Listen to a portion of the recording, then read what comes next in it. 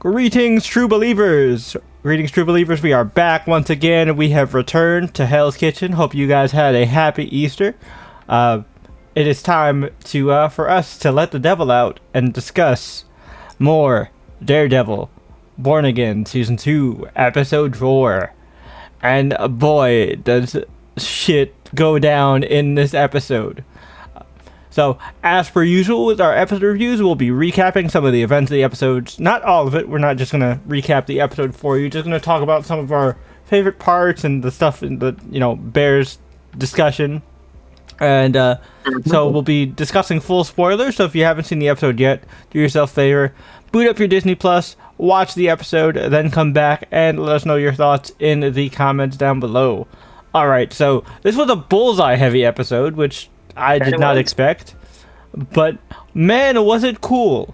I'm not gonna lie, like, especially that opening sequence. That opening sequence was dope as hell, and mad respect. Shout out to the piano man, Billy Joel, one of the coolest New Yorkers in all of existence.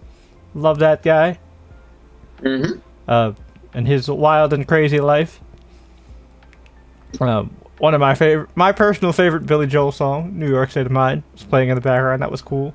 But like the camera work to follow the POV of like Bullseye's weapons as they were just flying about was insane. That was awesome. Yeah. And I was terrified throughout the course of the episode. Like, is this man gonna kill everybody in this diner? Yeah, we thought it was gonna be like a Sandman situation. If any of you have seen the first season of Sandman, with the infamous scene with Dr. Destiny. Oh man, but nah. Thankfully, it's just the task force goons that got murked. Which fuck them. Who cares? At least the nice lady who made him the milkshake didn't die, or that little dog. Absolutely. That little dog didn't deserve it. Yeah, that dog was terrified. I mean, I wouldn't. I don't blame the little thing. I would be too. Honestly, if I was in that diner, I would be shitting bricks. Like, it's kind of crazy. Also, I still don't know what to make of Mr. Charles, Matthew Lillard's character. Yeah. Because he's Matthew Lillard and he spent like over a decade as Shaggy, I can't take some of his dialogue seriously because I'm hearing it and I'm picturing Shaggy all at the same time. Like, yeah, it's funny. Also, we get to see little bits of Angela helping out in the resistance area. We see like Soledad puts out like a whole video kind of like in protest of Big Willie and his bullshit. So that's cool. And then Angela ends up using her connections with that punk ass kid Javi to help get information to BB, like the tape of both the boat captain, which first mate, rest in peace. He's dead now, but luckily the information survived, so we don't really need him to be alive for this. So no offense, but thank you for your service, Mr. Sailor Man. But yeah, so then we get like the big crux of the episode, which is the charity fight between Big Willie and some random boxer guy. Which, that poor bastard. Yeah, no, I know, like, they said, obviously, the usual technical stuff, like, it's the match is done via TKO, points, or knockout. That man's dead. That man's dead. That man is so dead. Like, he got his shit rocked. And then Bullseye busts through, murks a ton of people. But luckily, Matt, clears him out. Yep. It's also interesting because Bullseye still has a lot of guilt for the whole Foggy incident. And he blames Vanessa for it because Vanessa was the one that called the hit. So that's obviously why he also targeted Vanessa in this as well, which is what led to the big climax cliffhanger at the end of the episode, with a shard of glass being buried in Vanessa's temple. Jesus. Oh my god. With Vanessa dead. Vanessa was the only thing holding Big Willie back. Like, this is gonna be fucking, like, Shadowland, the Beast Big Willie. Now, granted, like, the Beast isn't gonna possess him, I don't think, at least. But, like, I could see it happening.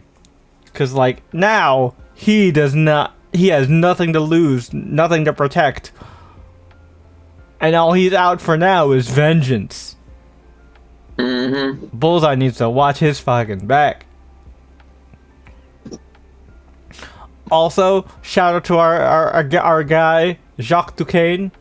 He got the fuck out of there. He said, I'm too old for this shit, but you can use all my money and resources to take this bastard down. Good luck. So, thank you, Monsieur Duquesne. We appreciate you. You're a real one. Still no fucking Jessica Jones, even at the halfway point. Is she really gonna show up in, like, the last 2 episodes? Yeah, what's the dealio with that? I'm very confused. We won't talk about it too much, but we did see, I don't know if it's official or not, but there have been a lot of pictures out recently of leaks for season 3 of Born Again, and we see some familiar faces, is all I'll say. Aside from Jessica, which has me very excited. Sweet Christmas. But yeah, overall, really good episode. Not gonna lie, I do low-key feel bad for Big Willie, but not really. I am sad that actress is gone because she was really great, and like her chemistry with D'Onofrio was phenomenal. But man, it's gonna be so wild seeing an unhinged Big Willie in these last 4 episodes for season 3. It is also gonna be curious because he's gonna be defeated, by the end of the season, obviously, because we don't see any Mayor Fisk stuff in, like, Brand New Day. And they did confirm that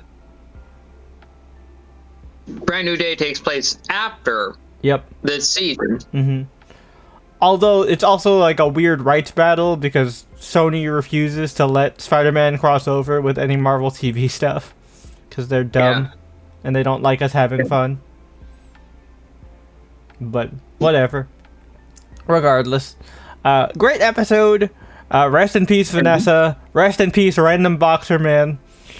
And good luck to BB out there, still doing her risky business with the voice changer and the Big Willie cosplay.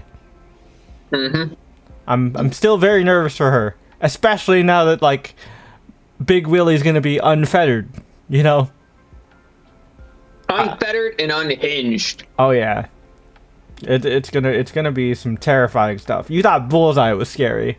We got, off the leash Wilson Fisk is gonna be insane. I'm terrified for the fictional city of Marvel's New York, for sure. Right, Marvel's New York is fucked. Yeah, y'all thought Eric Adams was bad. Well, wait till we see Wilson Fisk. Yeah, this man. Oh, so real world mayor of New York, Eric Adams, as opposed to, like, the fictional Marvel character Wilson Fisk. No, to be fair, not to get too deep into politics, but Eric Adams has done some fucked up shit. So, like, yeah, I know he has, which I find funny. Is like, oh, the story of his corruption is absolutely hilarious. Like, that's a whole nother video unto itself. Yeah, I want to laugh at the crazy crimes of one man as opposed to like fictional crimes of another. Yep. But yeah, it's And both of them just so happen to be bald. both. It's something about bald people, man. No offense to bald people. I know there are good bald people out there. You know, it's not all your fault, but you know, there are certain folks out there that giving y'all just bad reps. Big Willie and Eric Adams, two of them. I guess if you're a bald mayor, it's not a good look. Yeah. When you're a bald mayor of a major metropolitan city. There's like a good high percentage chance that you're just corrupt as fuck. Oh yeah, 100%, 100%. You know. But anyway, yeah, this episode has been intense. Yeah, what a good like halfway point cliffhanger. Mm-hmm. And I mean, now I understand not why they did the double whammy with 2 and 3. Not only because, like we said last week, it was like a one continuous story, but also to move this timeline along. Just like, oh shit, like the pace this season is going at is crazy. Oh yeah, absolutely. Like, just to tell a story like this is insane. Yeah, you know, it's moving quick, but it's also still keeping small scale and grounded. Like they're not trying to do too much, which I appreciate. You know, it keeps to the roots of Daredevil as a character.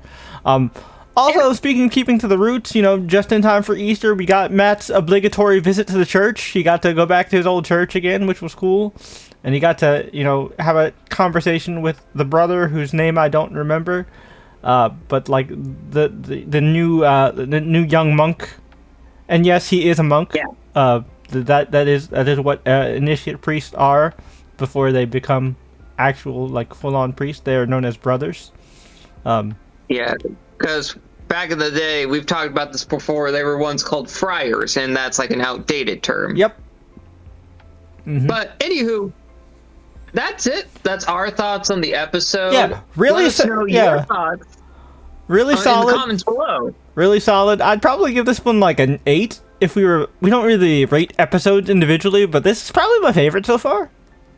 Yeah, I think this is the most intense episode out of the entire. I think season. The first one and this one are like my two favorites right now. I would say. Yeah, for sure. I agree with that.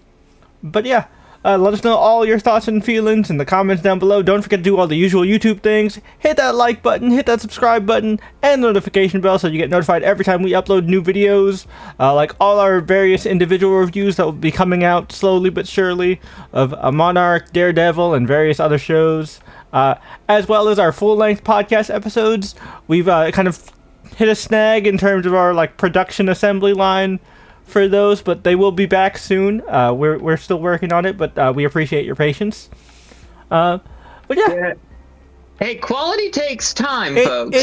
It does. But we're holding you over with at least with the weekly content, so hopefully you don't mind as much. But until next time, we'll catch you later, true believers. Peace.